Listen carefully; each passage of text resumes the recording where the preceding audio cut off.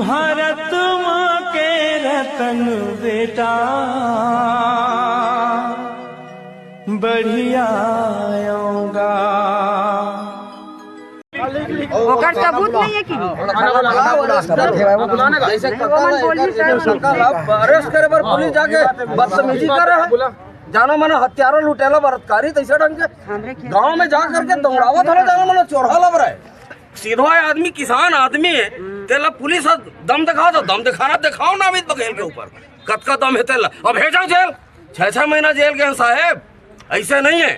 और कोई चोरी डकैती लूट हत्या बलात्कार करके जेल नहीं गया, छत्तीसगढ़िया मन के हित अधिकार के आंदोलन कर करके जेल गया। निवेदन कर रहा है कि उर्गा पचकर मैं बहुत गरीब घर का लड़का हूँ, मैंने कहा अगर समाधान वाली बात कर समाधान ये है नरेंद्र मोदी के खिलाफ में FIR होना चाहिए, चोरी में FIR होना चाहिए, बुलाना चाहिए और नरेंद्र मोदी गिरफ्तार